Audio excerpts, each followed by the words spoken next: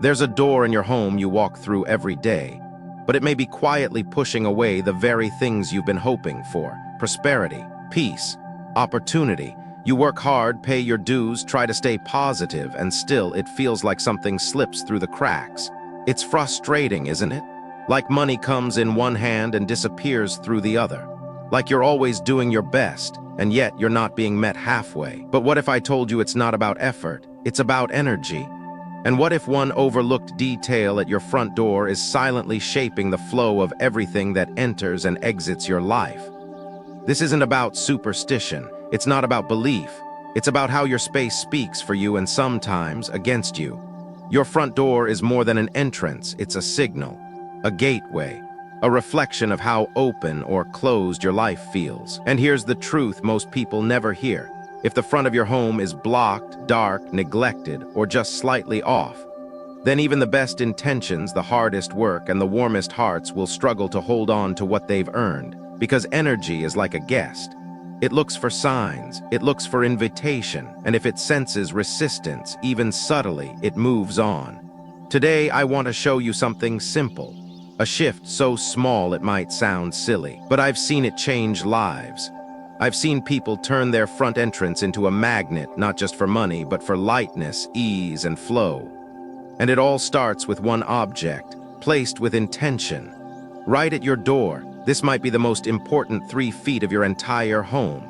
So before we go further, pause and ask yourself, what is your doorway saying right now? Part 1, the door isn't just for coming and going. The front door of your home isn't just the place you step through with groceries or packages. It isn't just where you lock up at night or wave goodbye in the morning. It is something far more powerful than most people ever realize. It is your home's first message to the world. And more importantly, it's the first signal you send to life itself. Whether you know it or not, your front door is constantly communicating. The question is, what is it saying? If your door is heavy to open, rusted at the hinges, chipped with old paint, or buried behind overgrown shrubs, it may be saying, "Not now." If it's dimly lit or uninviting, it may be whispering, "No entry." Even if everything inside your home is carefully decorated and cozy, if the threshold you cross every day feels neglected, closed, or overlooked, you are unknowingly allowing that same energy to touch every part of your life. Energy, opportunity, luck, peace, prosperity. It doesn't bang on locked doors. It doesn't force its way in. It listens, it observes, and it chooses where to stay based on the signals it receives. Think about it. When you approach someone's home and the porch light is out, there's no mat, maybe a few dead leaves gathering by the step. How does it feel? Even before you knock, your body tightens. Something inside you wants to keep moving. Now compare that to a house where the light is warm, a simple wreath hangs on the door, maybe a soft wind chime or a fresh doormat greets your feet. Nothing expensive, nothing extravagant, but something about it says, this home is cared for, this space is ready to receive. That's the difference, and that difference is everything. Your front entrance isn't about decor, it's about energy flow. It's the mouth of your home, the place where life begins to enter or turns away. If that passage is stuck, if the air feels heavy, if the space is cluttered, what you're really doing is unintentionally blocking good things from coming in. You may be working tirelessly to improve your finances, grow your relationships, feel more peace. But if your doorway says, "I'm closed," you're rowing against the current. Some people spend months trying to change their luck without ever sweeping their front step. They light candles and pray for peace, but never oil the door that screeches like resistance. They journal about wanting abundance, but the first thing they step over each day is a pile of leaves and a broken light bulb. That contradiction matters, not because the door is magical, but because energy is responsive. It responds to movement, it responds to care. It responds to whether a space feels open or blocked. This is not about perfection, it's about attention. When you treat your doorway with intention, you realign the flow of energy before you even walk through. A clean mat, a healthy plant, a door that opens easily, light that feels soft but alive. These are not just details, they are signals. They're how you tell the world and yourself, "I'm ready to receive what's meant for me."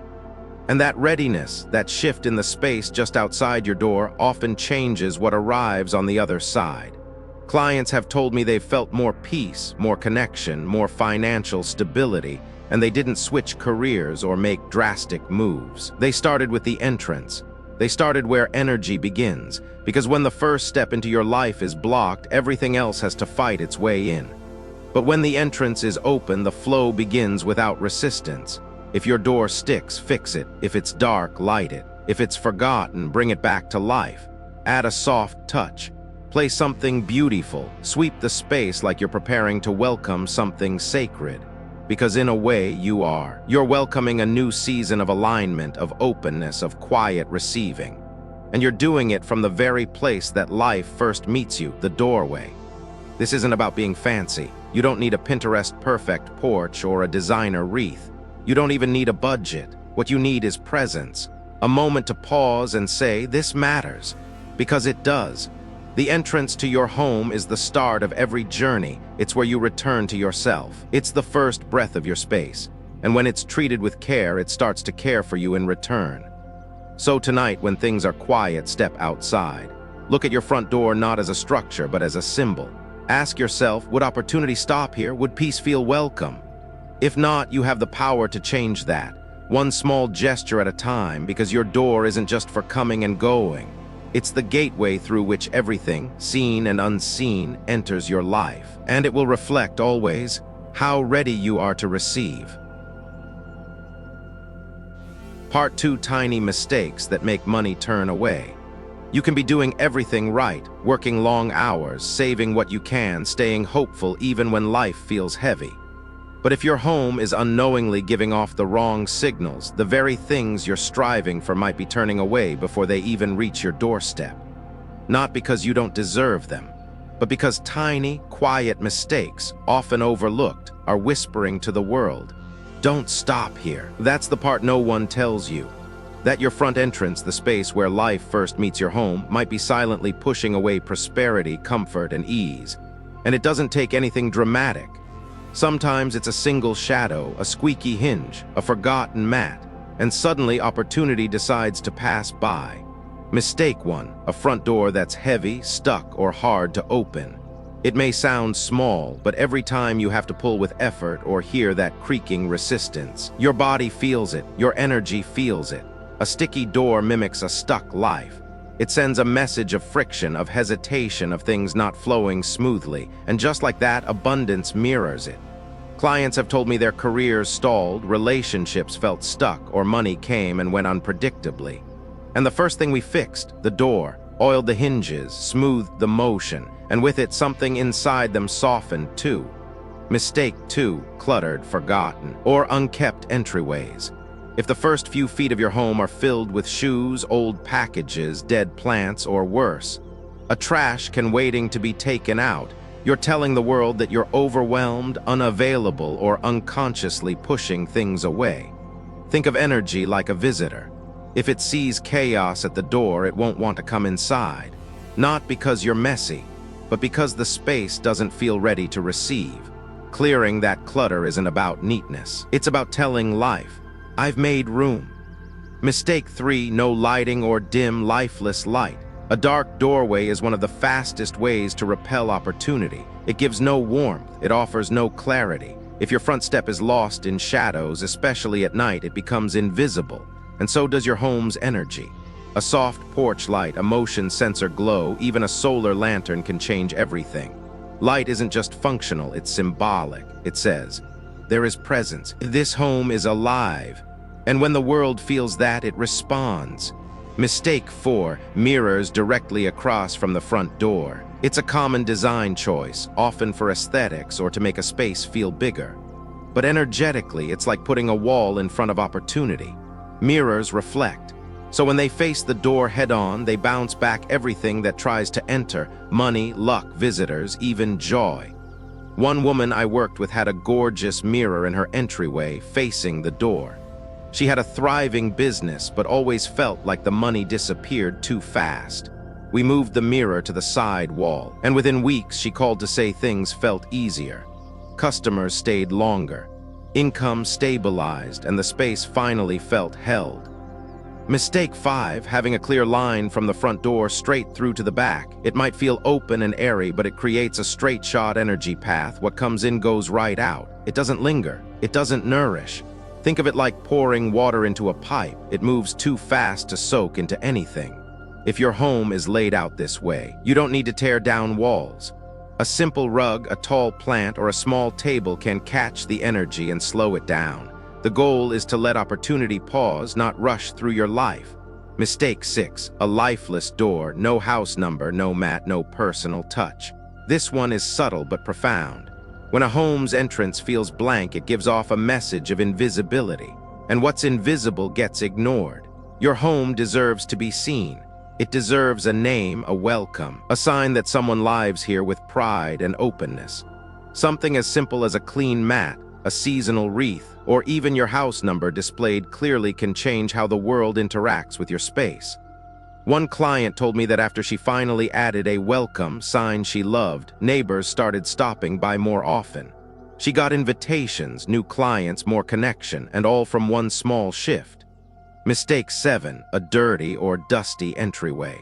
This seems obvious, but it's astonishing how often we overlook the dust, the cobwebs in the corners, the dried leaves collecting by the door. We get used to them, we stop seeing them. But energy doesn't, it notices. In many ways, your front step is like a handshake. If it's clean, confident, and warm, things flow. If it's neglected or cold, the exchange weakens. Sweeping the porch, wiping the door, even just once a week is a way of reopening the gate. It says, I care, and that changes everything. Each of these mistakes isn't just a design flaw, they are emotional reflections. A cluttered door can reflect mental overwhelm. A stuck hinge can mirror blocked emotions. A missing light can symbolize a part of you that stopped believing. That's why when we fix the physical space, the internal space often follows. It's not magic, it's resonance. The outside mirrors the inside, and when you change one, you often shift the other. So ask yourself right now, what's the first thing you see when you approach your door? How does it feel in your body? Does it welcome you? Or do you rush through it without thought? Does it offer warmth, or does it feel like just another task on your list? You deserve to walk into a space that honors you, that softens you, that reminds you this is your sanctuary. And the most powerful part, you don't need a renovation, you don't need to spend a dime, you just need to notice, to see what's already there and to gently, consciously shift it. Sometimes it starts with sweeping the stoop. Sometimes it's changing the bulb. Sometimes it's moving one object 2 feet to the left. But each small act is a declaration, this space is mine.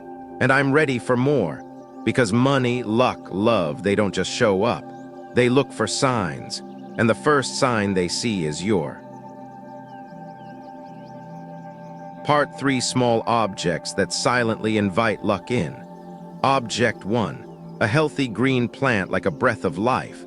There's something almost magical about walking past a front door and seeing a living, breathing plant there, one with full green leaves that catch the light just right. It doesn't speak. It doesn't wave or shine or buzz. But it tells a story the moment your eyes meet it. This home is alive. This space is growing. This family tends to what matters. And if energy had a voice, that's the kind of place it would choose to stay. That's why the first object I always recommend placing by your front door is a healthy green plant. Not just for beauty, not just for air, but because it acts like a silent, powerful invitation to prosperity. A signal that life is welcome here. A breath of growth right at the threshold. The truth is, energy responds to vitality. When we see something growing, thriving, standing tall and reaching toward the light, it moves something in us. It lifts us, it softens us, it makes us linger a little longer. And the same is true for the unseen forces that shape our homes and our lives. Prosperity, good fortune, peace. These things are not cold, mechanical ideas. They are energetic patterns, and they follow the signs. When you place a plant outside your home, you're not just decorating. You are placing a living metaphor at the gateway of your life, a symbol of growth, of expansion, of hope. And that energy doesn't just stay outside, it comes in with you. It reaches into your routines, your moods, your mindset. It shifts things, gently but noticeably. But here's where it gets even more interesting. Not just any plant will do. This is not about trendy pots or expensive garden center finds. It's about choosing something that feels resilient, alive, harmonious with the energy you want to cultivate. A plant that makes you feel a little lighter when you see it. One that doesn't demand your perfection but does respond to your attention. Think of something with round, full leaves, deep green tones, nothing too sharp or spiky because life doesn't flow well around thorns. Choose something like a pothos, a peace lily, a rubber plant, or even a small money tree. Simple, manageable, but full of presence. And always, always make sure it looks cared for. Because a neglected plant, one with drooping stems or yellowing leaves, sends the opposite message. It says, "This home tried and gave up." And that's not the energy you want at your door. So water it, wipe the leaves. Give it a name if that helps you connect. Let it be more than a thing. Let it be a companion to your new beginning, and notice what shifts. One woman I spoke with had a habit of walking through her front door without looking. Her head was always full of to-do lists and unpaid bills and what to make for dinner. The entrance to her home felt like a pass-through, not a point of entry. She said things in her life felt stuck, heavy, like she couldn't catch her breath. We didn't talk about money or mindset or any of that at first. We just talked about her doorway. I asked her to add one thing, a plant, nothing fancy, just something alive. She chose a modest jade plant, placed it in a ceramic pot, and gave it a home next to her welcome mat. She watered it every other day, wiped the dust off the leaves, and each time she passed it, she made herself take a breath. Within weeks, she said something inside her softened. Her thoughts slowed. She started cooking with more care, laughing more, sleeping better. A few months later, she found a new job, less stressful, better paid. And though she laughed when she told me, she also said this: "I think it all started with that plant." Because when you tend to something living at your door, you start tending to your life in ways that ripple.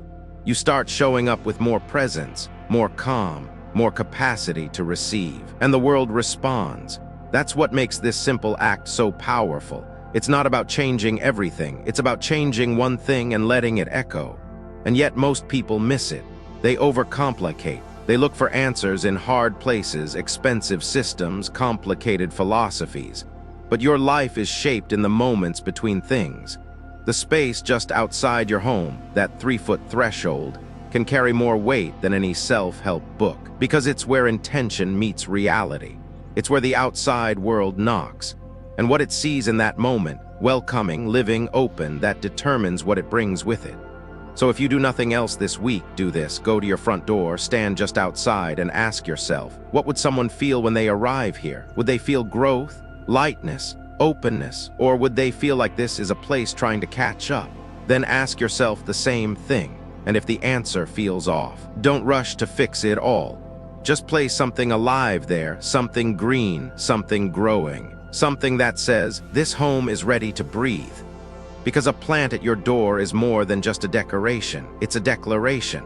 A sign that your life is not on pause, that you are participating in something larger than routine, that you are open to receiving what's been circling just beyond reach, and that you are willing to tend to it when it arrives. Not everyone will notice. Some people will walk by without seeing. But the ones who do, the energy that does, it will pause, it will linger, it will find its way inside. And that in itself can change everything. Object 2, warm golden lighting like a lighthouse in the dark. There's a reason why a single warm light outside a home feels different. It's not just about safety or visibility, it's about welcome. A soft golden glow by the door doesn't just help you find your keys, it tells you before you've even touched the handle that this home is awake.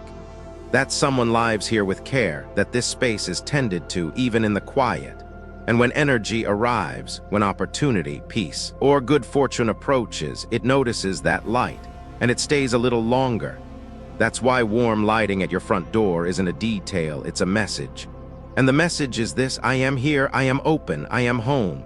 In the same way a lighthouse guides ships through fog, your front light guides unseen blessings toward you, not with force, not with noise, but with gentle presence. A porch cast in warm light becomes an anchor, a glow that says, this place is safe. And just like people, energy responds to places that feel safe. So many of us live in darkness without knowing it. We work all day, return after sunset, and pass through the doorway like a ghost, keys in hand, shoulders tense, eyes already tired. If the space around our entrance is dim or forgotten, our nervous systems stay slightly alert. We may not realize it, but our bodies feel it. A dark doorway doesn't say danger, but it doesn't say peace either. It says, just get inside, don't linger. And that rush, that subtle tension, sets the tone for everything that follows. But lighting changes that, especially warm light, not fluorescent, not cold, not bright enough to blind, but soft enough to soothe. The kind of glow that gently wraps around you when you walk up the steps. The kind that doesn't just illuminate, but embraces. A golden light outside your home feels like an arm around the shoulder. A wordless whisper saying, you've arrived. It doesn't take much. One small wall sconce, a standing solar lantern, even a battery-powered candle in a window. What matters is the warmth, the tone of the light.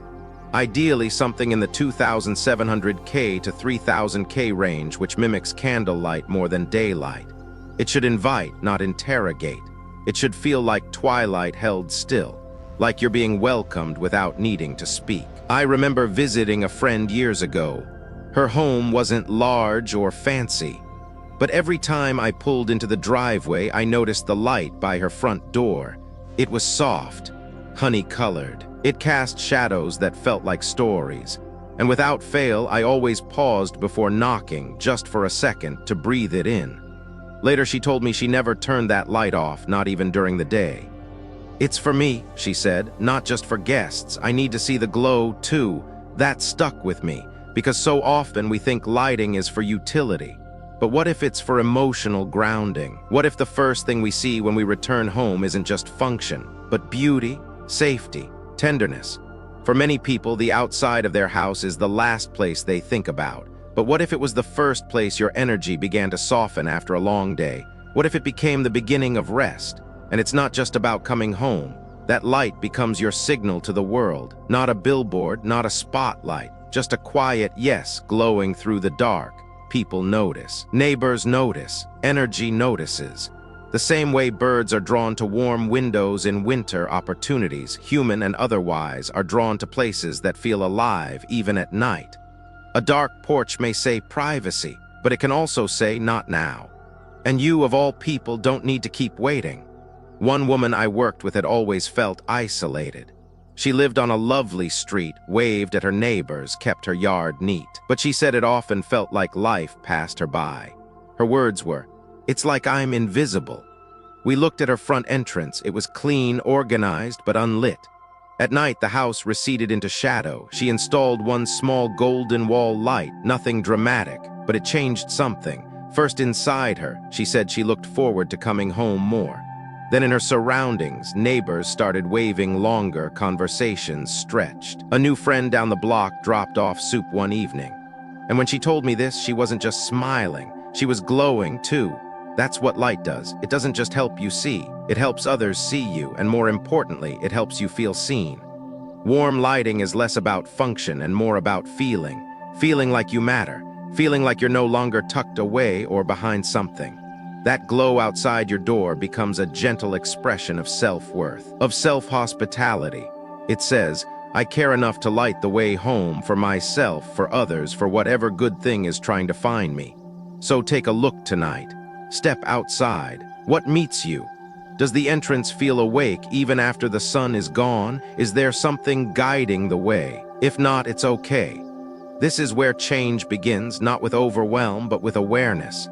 Find the light you like, a color, a style, a source that feels kind. Plug it in, turn it on, and see what happens, not just in your home, but in your mood, your rhythm, your readiness. Because when the path to your door glows with intention, the world begins to recognize you differently. It begins to treat your space as sacred, and you start to feel in ways big and small, like something is coming, like something has already arrived. A warm light may not shout, but it speaks. And what it says is enough to call life back to your door. Object 3. A soft wind chime, the sound of movement. Sometimes the wind carries more than air. It carries messages, moments, memory, and when there's a soft wind chime by your front door, something gentle, something barely there, it catches those messages and turns them into music. Not loud, not decorative noise, but something subtle, something sacred. A sound that says, this home is moving, this life is flowing. That's why a wind chime isn't just a decoration, it's an instrument for inviting energy in. A reminder that movement is here. That change is not something to fear, but something to welcome, to listen for, to feel in the bones of your home. Many houses are still, too still. You walk up and everything is perfect, quiet, polished, but something's missing. There's no breath, no hum, no subtle shift. And without that movement, energy sits, it pools, it dulls. That's when you start to feel stuck in ways you can't explain. The money's okay, but the joy is missing. The days blur, the spark fades, and it's not because something is wrong, it's because nothing is moving. Energy loves movement. It follows sound, vibration, the quiet pull of motion. And that's where a wind chime becomes a beautiful kind of medicine. Hang it just outside your door. Let it move with the breeze, not bang or rattle, but sing. A soft tone, a bell that barely touches. Brass, bamboo, ceramic, whatever material feels right in your hand. And each time it sways, it stirs the air, it breaks the stillness. It invites something through. The moment sound enters, energy knows it's safe to return. It knows this is not a closed place, but an evolving one. A place where life is in motion, even when everything looks still. And for those who feel stuck, this is everything. There's something deeply calming about hearing a wind chime in the distance. You may not even notice it at first. It's not like music on a speaker, it's older than that. It feels like the land breathing, like the house exhaling. You hear it while you're unlocking the door, carrying groceries, waving to a neighbor, and something inside you relaxes.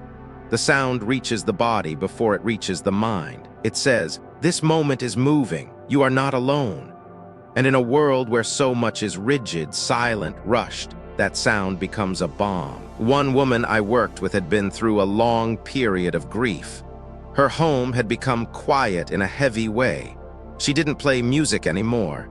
She avoided company, and her front porch, once filled with life, had gone still.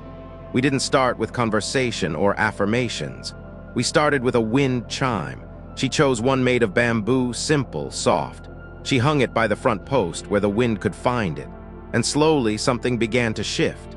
She said the first time it moved, it startled her, not in fear but in recognition, like something had returned. Weeks later, she said she started singing again, just softly around the house. The stillness had broken, not all at once, but just enough for life to begin flowing again. That's what the sound of a wind chime can do. It marks a threshold, not just between indoors and out, but between where you've been and where you're going. It signals that something is alive here, that this space doesn't just sit, it listens. And listening is a magnet. The world wants to be heard. Energy wants to be met with awareness. When your home listens, when it moves, it becomes a part of the conversation. But this only works if the sound feels right. A chime that clangs or shrieks or demands attention becomes noise. The magic is in the gentleness. You should barely notice it at first. It should rise and fall like memory, something you feel in your chest before you name it. That's why I recommend testing it before you hang it. Hold it in your hands. Let it move. Let your body respond. If it softens you, it will soften the space too. And if your home has been too quiet for too long, if it feels like nothing ever changes or the same problems return again and again, this sound may be the invitation life has been waiting for. Not a command, not a fix, but a frequency. A reminder that flow is possible, that you are not trapped. That movement doesn't have to be loud or fast to be real. You don't have to explain it to anyone. You don't even have to mention it. Just let it be there. Let the wind carry the notes. Let the world know without words that your space is in motion, because even if nothing else changes today, this sound will. It will rise, it will fall, it will return, and each time it does, you'll remember this home is not frozen. This home is part of the weather, the season, the sky. It moves, and so do you. There's an old saying, if you don't move, life moves around you. But I believe the opposite is also true. When you make the smallest movement, life pays attention. It recalibrates, it redirects. And a wind chime, soft, subtle, unassuming, is one of the simplest ways to begin. So the next time you step through your door and hear that quiet music hanging in the air, know this: the stillness has been stirred, and something new is on its way. Object 4. A clean, grounding doormat, a wordless welcome, before anyone speaks, before the door opens, before a single foot crosses the threshold, there is the mat, and though it never says a word, it speaks volumes. A clean, grounded doormat isn't just a patch of fabric or rubber to catch dust. It is the first gesture of hospitality, a silent signal that this home is tended to, that someone lives here who cares. And for the energy of life, opportunity, connection, prosperity, that kind of welcome matters more than you think. Many people overlook the mat entirely. It's become background noise and afterthought, something to wipe your shoes on, nothing more. But what if I told you the mat is a message? What if it's the first sign the universe reads when it arrives at your home? Wouldn't you want it to say, "You're welcome here, I'm ready"? A fresh mat, one without holes or dirt or faded words, sends that message clearly. It tells the world you're paying attention.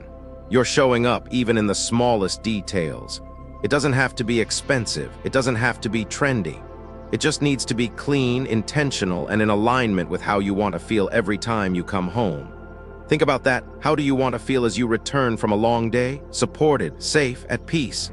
Then your mat should reflect that, not loud, not clever, just grounding, like the first deep breath before stepping inside. Imagine walking toward your front door after a difficult day.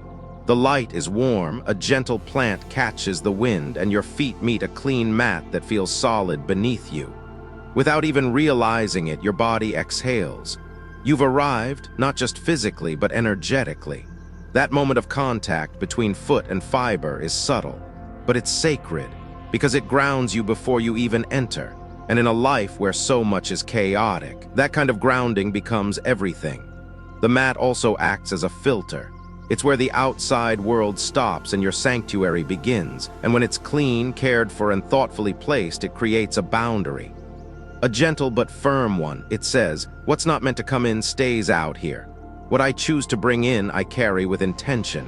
It becomes a moment of pause, of choice, and that choice shapes the energy you bring inside. I once visited a woman who had everything just so: candles lit, kitchen spotless, walls beautifully painted. But her front mat was old, cracked, covered in leaves. She hadn't noticed it in years. "I never really thought about it," she said. "It's just there." But that was the point. It had become invisible, and when something becomes invisible, we stop tending to it. We stop feeling it. We let it speak for us without realizing it. I asked her to replace it, nothing fancy, just something fresh, simple, clear. She chose a natural fiber mat that said nothing at all. And yet, a week later, she called to say, "Everything feels a little lighter now. I don't rush into the house anymore. I stand there for a second. It feels good." That's what the right mat can do. It doesn't just clean your shoes, it cleans your transition, from outside to inside, from doing to being, from the world to the self. And when you honor that space, even with something as small as a mat, the home starts to shift in return. You'll begin to feel less rushed, less fragmented, more rooted in your own life.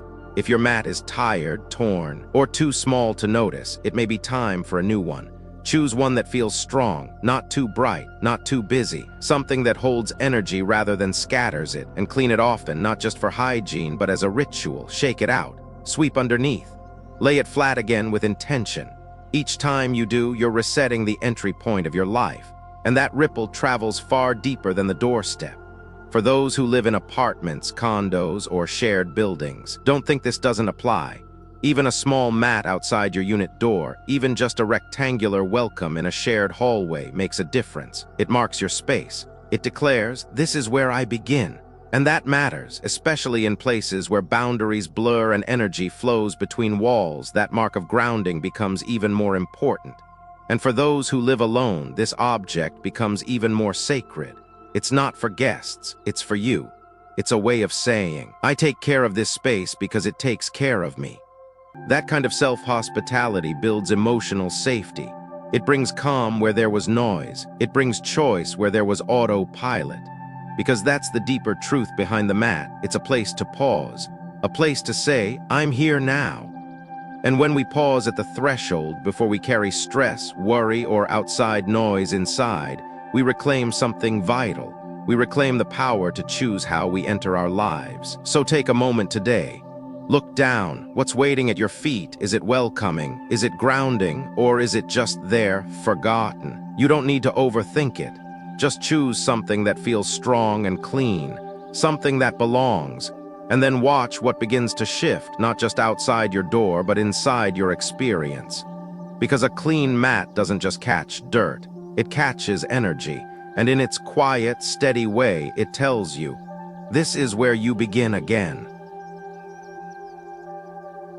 Part 4, when the door changes, you do too. Most people think change starts from the inside. They think if they fix their mindset, their habits, their thoughts, then life will shift. But sometimes the fastest way to change your inner world is to change the door you walk through every day. The truth is, we underestimate the power of that doorway, the place that separates our outer life from our inner one. Yet it's the first thing we touch when we leave for the day, and the last thing we close behind us at night. And slowly, quietly, it shapes us. It teaches us how to feel about where we're going and where we're coming home to. When your door is tired, stuck, dim, or ignored, a part of you starts to mimic that. Maybe not all at once, maybe not obviously, but the heaviness of it transfers. You find yourself dragging more, expecting less. It becomes easier to settle, not just in your home, but in your life. And yet, when you begin to change the door, even a little, it's like flicking a switch you forgot existed. You clean the mat, replace the light, add a symbol. Suddenly, the threshold feels different, and so do you. You walk out taller, you walk in slower, you begin to move like someone who belongs. Because that's the secret the world rarely talks about. How you enter a space influences how you show up inside it. If you arrive to clutter, you move through your day foggy. If you step through light, softness, and intention, you remember who you are. Not the rushed version, not the overwhelmed one, but the grounded, clear, quietly strong version, and you meet your home differently. You meet your life differently. I've seen this happen again and again, not because the door is magical, but because the moment we treat the entrance with care, it reflects that care back into us. It becomes a mirror, a tuning fork, a quiet reminder that change doesn't have to be loud to be real.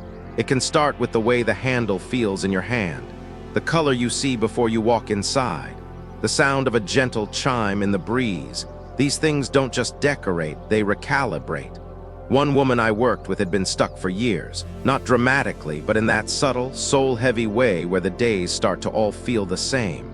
She wasn't unhappy, but she wasn't quite living either.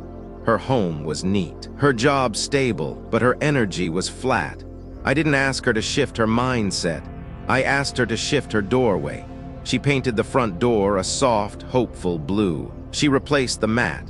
She added a plant and a warm light, nothing big, nothing showy. But within 2 weeks, she told me her mornings felt different. She woke up lighter, left the house earlier, started baking again, then journaling, then one day saying yes to something she would have brushed off before. And that yes opened a new door, not physically, but inside her.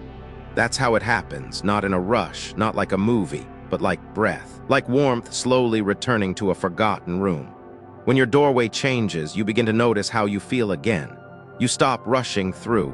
You pause, you linger, you take in the air. And in that pause, you remember this is your space, your life, and you get to decide what kind of energy crosses that line. So ask yourself, what does your current door teach you about you?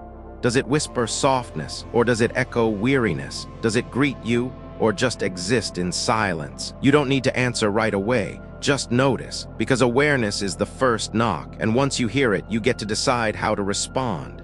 For some, it may be color, a new coat of paint that breaks an old pattern. For others, it's clearing the path, trimming back what's overgrown, both literally and emotionally.